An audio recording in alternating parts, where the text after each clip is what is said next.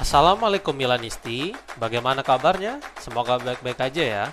Kunjungi website kita di maksimalmilan.blogspot.com. Jangan lupa subscribe dan nyalakan lonceng notifikasi untuk terus mendapatkan berita terbaru seputar AC Milan, khusus Milanisti. Jovan Kirovski akhirnya buka suara tentang AC Milan Futuro yang memutuskan untuk melepas beberapa pilar utama mereka. Futuro melepas beberapa pilar utama mereka seperti Matteo Dutu, Diego Sia, hingga Maximilian Ibrahimovic yang hijrah ke Belanda untuk bergabung dengan tim muda Ajax. Namun Rossoneri percaya diri karena mereka masih memiliki kendali di dalam kontrak setiap para pemain yang pergi tersebut. Sekarang Jovan selaku direktur olahraga Futuro pun akhirnya buka suara dan menjelaskan alasan kepergian dari para pemain berbakat itu. Berikut komentar petinggi tim muda Diavolo itu disampaikan melalui calciumercato.com. Maximilian bermain sangat baik. Kami memiliki kesempatan untuk membawanya ke level yang lebih tinggi dan jadi kami menjualnya ke Ajax. Tahun lalu itu bermain di Primavera dan kemudian di Futuro. Kami pikir level lain lebih baik baginya. Diego pun sama, akan lebih baik baginya untuk bermain di level yang berbeda di Spanyol. Tapi tujuan nomor satu adalah tim utama Milan, ungkapnya.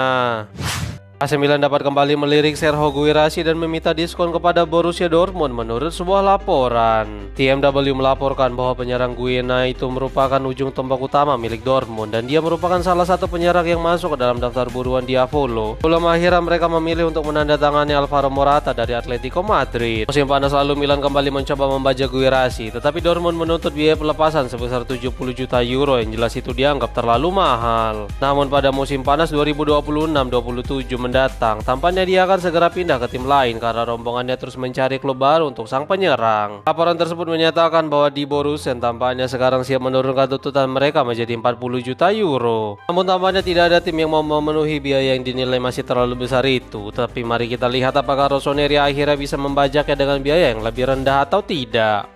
Arsenal ganggu AC Milan dalam perburuan Victor Valdepenas dari Real Madrid menurut sebuah laporan. Media Foot dari Prancis melaporkan bahwa Victor yang bersinar sebagai bek sayap telah menarik minat dari tim-tim luar Spanyol. Sejauh ini dia masih kesulitan untuk mendapat kepercayaan di tim utama karena ada persaingan ketat dari Antonio Rudiger dan Den Huijsen yang terus menjadi andalan di lini belakang. Surat kabar tersebut mengkonfirmasi laporan dari Matteo Moretto yang menyatakan bahwa Milan menginginkan remaja itu dan mengandalkan hubungan baik mereka dengan El Real. Namun bahaya sebenarnya datang dari London karena Arsenal telah menjadikan Victor sebagai prioritas mereka pada musim panas. The Gunners dilaporkan siap menyodorkan biaya transfer yang sangat besar kepada Florentino Perez sebesar 50 juta euro dan tampaknya tawaran ini akan sulit ditolak oleh Madrid. Andrea Berta juga telah siap bergerak jika sang pemain menyatakan keinginannya untuk pergi dari Santiago Bernabeu.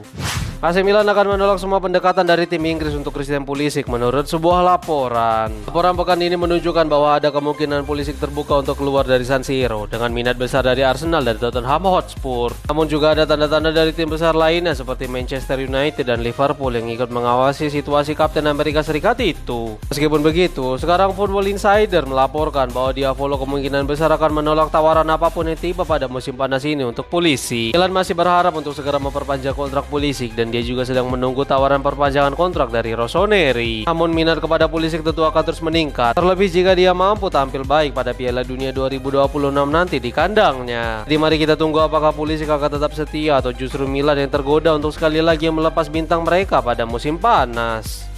AC Milan mulai pertimbangkan untuk melepas Francesco Camarda secara permanen menurut sebuah laporan. Theo Moretto telah memberikan informasi terbaru yang mengejutkan tentang masa depan Camarda dan tampaknya Rossoneri mulai berpikir untuk berpisah dengan sang penyerang. Berikut komentar sang jurnalis disampaikan melalui Milan News. Camarda masih bersama Lecce. Dia sedikit tidak beruntung dengan cedera bahu. Pada bulan Januari, ada kemungkinan Camarda benar-benar akan kembali ke Milan, tapi hanya untuk masalah manajemen cedera dan tidak untuk peran di tim utama. Faktanya ada juga klausul yang terlibat untuk masa depannya. Situasi ekonomi antara Milan dan Lecce tidak mudah diselesaikan pada bulan Januari. Maka dari itu, Camarda tetap bertahan di sana. Kedua belah pihak telah mencapai kesepakatan tentang masalah cedera tersebut. Berita yang bisa saya informasikan adalah Camarda akan kembali ke Milan pada akhir musim dan semua pihak akan duduk bersama untuk memahami jalan apa yang harus diambil. Milan akan mengevaluasi lebih banyak pilihan dan menentukan jalan terbaik untuk Camarda. Ada kemungkinan untuk pilihan tertentu, terus memiliki lebih banyak menit bermain, mungkin di Serie A. Perlu dipahami apakah Milan akan mengevaluasi penawaran dengan pinjaman atau bahkan transfer permanen. Pada bulan Mei, semua pihak akan duduk dan mencari tahu jalan seperti apa yang akan mereka ambil, ungkapnya.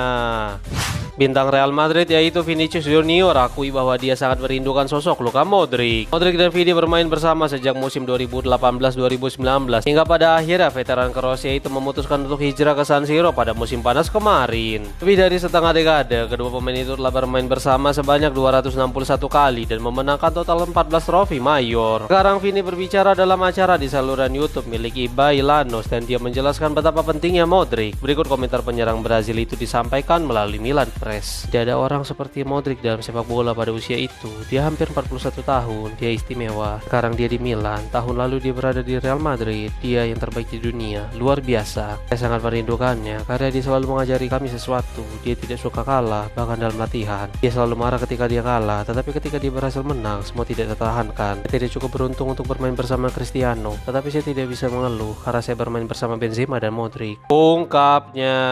Ya, kalau rindu sih bisa lah gabung AC Milan biar bisa main bareng Pak Modric lagi. Betul nggak guys?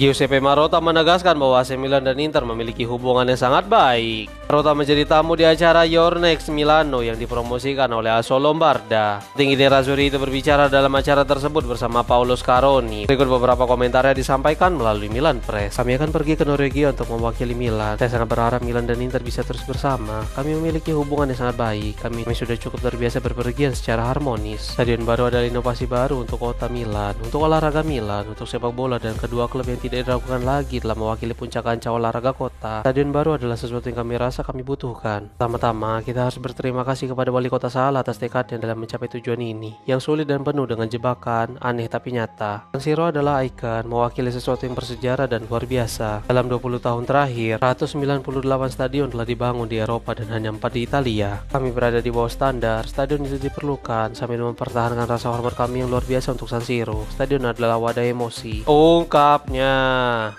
Hakim olahraga jatuhkan skorsing kepada Adrian Rabiot dan denda besar kepada Iglitare menurut sebuah laporan.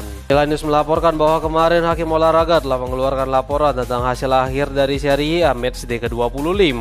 Dalam laporan tersebut tentu saja ada pembahasan tentang Rabiot yang kini akan mendapatkan larangan satu pertandingan sehingga dia akan melewatkan pertandingan melawan Como nanti malam. Laporan tersebut menyatakan bahwa pemain Prancis itu mendapatkan kartu kuning kedua karena memprotes ofisial pertandingan dan perilakunya yang dinilai tidak pantas terhadap lawan pada pertandingan yang berakhir dengan kemenangan tipis atas Pisa akhir pekan lalu. Namun ternyata itu bukan satu-satunya untuk Rossoneri dalam surat cinta dari sang hakim. Selain skorsing untuk Rabiot, Milanius juga menyampaikan bahwa Iglitare telah diberikan denda sebesar 10.000 euro karena di akhir pertandingan dia memasuki lapangan dan secara agresif menentang keputusan wasit.